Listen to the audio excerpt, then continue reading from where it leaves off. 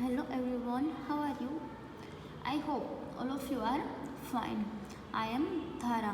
In last video of your class 7th NCERT Maths, we discussed chapter number 3 sum.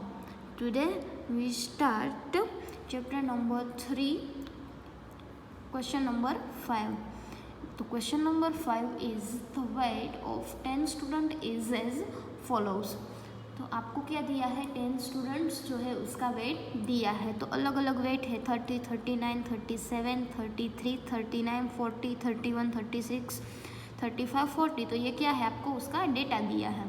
तो find the mean of this data, मतलब ये जो data है उसका आपको मीन फाइंड करना है। तो अभी आप लोगों को पता ही होगा कि मीन, मीडियन एंड मोड किसे कहते हैं। तो जब मैंने ये चैप्टर एक्सप्लेन किया था तब मीन, मीडियन एंड मोड तीनों के बारे में आप लोगों को एक्सप्लेन किया था। तो यहाँ पे आपको क्या फाइंड करना है, मीन। तो मीन की फॉर्मूला क्या है, तो mean equal to sum of observation upon total number of observation. मतलब कि आपको मीन फाइंड करना है तो आपको जो भी डेटा दिया है इसको हम क्या, ऑब्जर्वेशन भी कहते हैं, उसका सम करना है। तो यहाँ पे जितने ऑब्जर्वेशन है उसका हमने सम कर दिया, divided by total number of observation. आपको यहाँ दे दिया है कि 10 स्टूडेंट्स हैं, तो आपको काउंट करने की ज़रूरत नहीं है, आपको मालूम ही है कितने स्टूडेंट है टोटल, 10। तो टोटल नंबर ऑफ ऑब्जर्वेशन मतलब 10। तो ये आप इसका सम करोगे तो आंसर क्या आएगा, 360 अपॉन 10। तो ये 0 और ये 0 कट, तो क्या बचा 36। मतलब कि मीन क्या होगा ये डेटा का, 36 किलोग्राम। यहाँ किलोग्राम में दिया है इसलिए हम यहाँ पे लिखेंगे किलोग्राम। नेक्स्ट है 6, find the median and mode of the given data. मतलब आपको क्या करना है, मीडियन एंड मोड। तो मीडियन मतलब क्या था, मीड मतलब मिडल वैल्यू। तो जब हमें मीडियन फाइंड करना है तो हम क्या करना है, तो हमें क्या करना पड़ेगा पहले कि आपके पास जो भी डेटा है उसको असेंडिंग या तो डिसेंडिंग में रखना पड़ेगा। तो मैंने यहाँ डेटा को असेंडिंग ऑर्डर में रखा है। तो असेंडिंग में सबसे पहले क्या आता है, जो सबसे छोटा है, तो छोटा है यहाँ पे है 8, उसके बाद 9, फिर 10, फिर 11। तो 11 यहाँ पे देखो 1, 2 एंड 3 टाइम्स है। तो आपको क्या करना है कि आपने एक बार 11 लिखा तो फिर आप ऐसा सोचते हो कि 11 तो एक बार आ गए, अब दूसरी बार 11 लिखने की ज़रूरत नहीं है। नहीं, ऐसा नहीं। आप अगर 11 रिपीट हो रहा है तो सिर्फ एक बार ही लिखोगे तो आपका जो मीडियन आएगा वो गलत आ सकता है। तो आपको क्या करना है, कोई भी नंबर जितनी भी बार रिपीट होता है उतनी बार लिख देना है। 10, उसके बाद 11, 1, 2 एंड 3 टाइम्स रिपीट हो रहा है तो मैंने 3 बार लिख लिया। फिर 12, फिर 13 एंड 14। तो ये असेंडिंग ऑर्डर में मैंने अरेंज कर दिया डेटा को। फिर क्या करना है, मिडल वैल्यू, मतलब इस साइड और इस साइड दोनों का सेंटर जो मिडल आता है वो हमारा क्या हो जाता है, मीडियन। तो यहाँ 1, 2, 3 एंड 4 इस साइड और 1, 2, 3 एंड 4। तो 4 इस साइड एंड 4 इस साइड। तो मिडल में क्या आया, ये वाला 11। तो हमारा मीडियन क्या मिला, 11। फिर है मोड। तो मोड मतलब क्या, most repeated, most occurrence data, जो सबसे ज़्यादा बार रिपीट हो रहा है। तो 11 यहाँ 3 बार रिपीट हो रहा है, तो इसका मतलब हमारा मोड क्या है, 11। फिर नेक्स्ट क्वेश्चन नंबर 7, इसमें भी आपको क्या करना है, मीडियन एंड मोड। तो क्या करेंगे, मीडियन में पहले डेटा को असेंडिंग ऑर्डर में लिख लेंगे, फिर जो बीच में मिडल में जो सेंटर में आएगा वो हमारा मीडियन हो जाएगा। और मोड मतलब जो सबसे ज़्यादा बार रिपीट होता है, तो यहाँ वो 20 जो है वो 3 बार रिपीट होता है, मतलब सबसे ज़्यादा बार वो ही रिपीट होता है। तो इसका मतलब कि ये जो डेटा है उसका मोड हमें क्या मिल गया, 20। फिर यहाँ the score 8, the score of mathematics test of 11 student is as follows. आपको 11 स्टूडेंट का स्कोर दिया है, मीडियन एंड मोड फाइंड करना है। तो क्या करेंगे आप लोग, ये आपको अपने आप सॉल्व करना है कि मीडियन, तो पहले जो डेटा है वो सभी को असेंडिंग ऑर्डर में हम अरेंज कर लेंगे। फिर सेंटर की जो वैल्यू है वो हमारा मीडियन हो जाएगा। फिर सबसे ज़्यादा बार रिपीट कौन सा डेटा हो रहा है, तो यहाँ 84 देखो, तो 1, 2 एंड 3 बार 84 रिपीट हो रहा है, मतलब सबसे ज़्यादा बार वो ही रिपीट हो रहा है। तो हमारा मोड क्या मिल जाएगा हमें, 84। तो ये आपको अपने आप लिखना है। ओके, फिर next question number 9, the height centimetre in centimetre, मतलब हाइट आपको सेंटीमीटर में दी है, of 8 student is as follow. कितने स्टूडेंट्स की दी है? 8। तो ये अलग अलग हाइट आपको दी है। तो find the mean of this data. क्या फाइंड करना है? मीन। तो पहले मीन की फॉर्मूला लिखेंगे, mean equal to sum of observation upon total number of observation. तो इसका हम क्या करेंगे? सम। फिर टोटल नंबर का आपको दे दिया है यहाँ 8 स्टूडेंट, तो आपको ये ऑब्जर्वेशन काउंट करने की ज़रूरत नहीं है, तो डिवाइडेड बाय 8। तो इसका टोटल आएगा 1288 डिवाइडेड बाय 8। तो क्या आंसर मिलेगा? 161 सेंटीमीटर। तो ये हमारा मीन हो गया। नेक्स्ट क्वेश्चन नंबर 10, तो कि the scores of an aptitude test out of 25, मतलब 25 मार्क्स की एप्टीट्यूड टेस्ट ली थी, ऑफ 9 स्टूडेंट। कितने स्टूडेंट की? 9 स्टूडेंट की। उसका अलग अलग जो स्कोर है वो आपको यहाँ दिया है। तो find the mean, median and mode of this data, मतलब आपको तीनों के तीनों फाइंड करना है। तो कैसे करेंगे? पहले मीन, तो मीन की फॉर्मूला यहाँ लिखेंगे। तो पहले मीन की फॉर्मूला लिखेंगे, फिर ये सभी का टोटल डिवाइडेड बाई आपको 9 स्टूडेंट, तो वो कर देंगे तो आपको मीन मिल जाएगा। फिर मीडियन, तो पहले डेटा को असेंडिंग में अरेंज कर देंगे, फिर सेंटर की वैल्यू वो हमारा मीडियन हो गया, एंड जो सबसे ज़्यादा बार रिपीट हो रहा है वो हमारा मोड हो गया। तो ये भी आपको अपने आप कंप्लीट कर लेना है। फिर नेक्स्ट क्वेश्चन नंबर 11, तो कि following are the daily wages in rupees. Wages मतलब सैलरी की, आप जो भी पगार के जो भी कहते हो वो उसको वेजेस कहते हैं। इन रुपीज़, तो रुपीज़ में है, ऑफ 30 वर्कर्स। कितने वर्कर्स का? 30 in a factory. Prepare a frequency distribution table from the given data.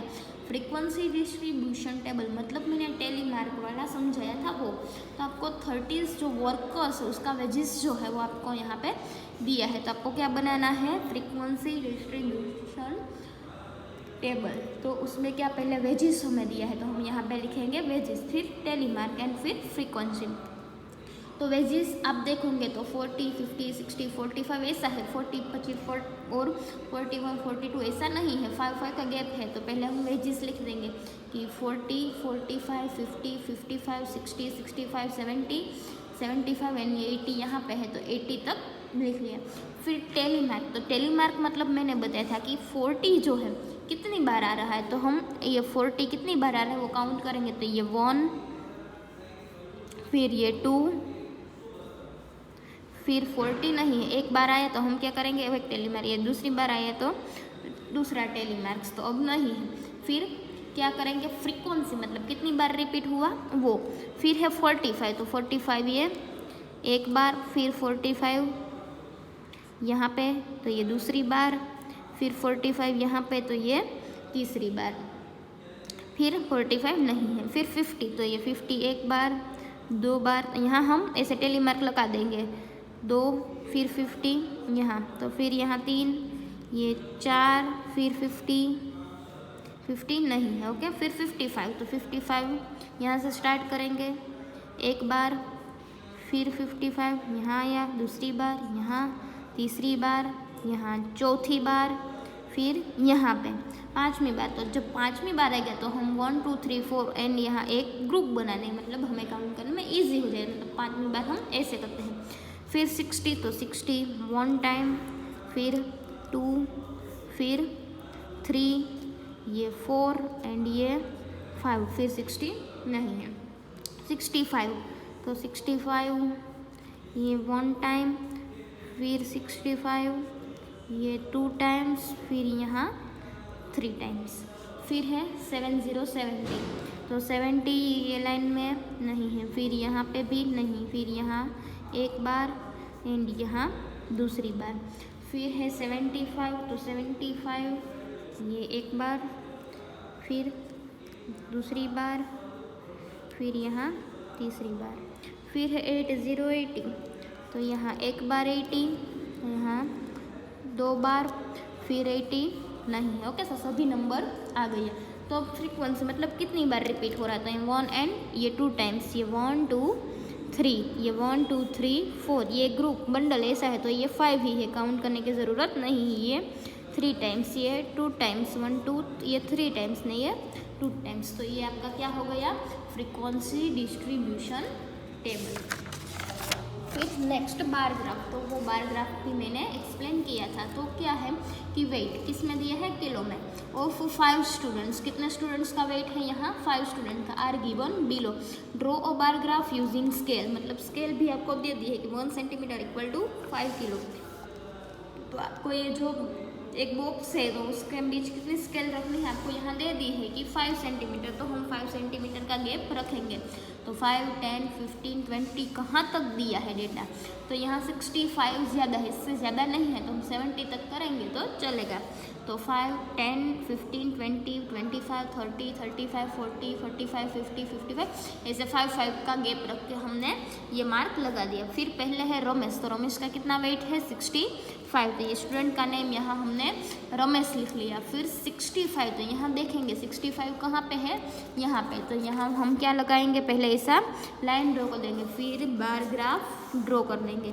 फिर है सुरेश, तो सुरेश का 60, तो 60 कहाँ पे है, वहाँ रखा। एक बॉक्स जो है वो हम एक कॉलम पूरी स्किप कर देंगे, बाद में दूसरा सुरेश का करेंगे। फिर है 45, तो जहाँ 45 है वहाँ लगाएंगे और ड्रॉ कर देंगे। फिर जो नेक्स्ट है हरेश का, तो उसका 40 है, तो 40 जो है वहाँ पे हम बार ग्राफ ड्रॉ कर देंगे। एंड लास्ट जो दिनेश का है, तो दिनेश का 55, तो 55 जहाँ पे है वहाँ हम क्या कर लेंगे, ये लाइन और फिर ये बार ग्राफ ड्रॉ कर देंगे। और ग्राफ में आप अलग अलग कोई भी पैटर्न बना सकते हैं। तो ये जो है वो बार ग्राफ ड्रॉ कर लिया, ये आपको 6th स्टैंडर्ड में भी आ गए हैं, तो ये आपके लिए इजी है।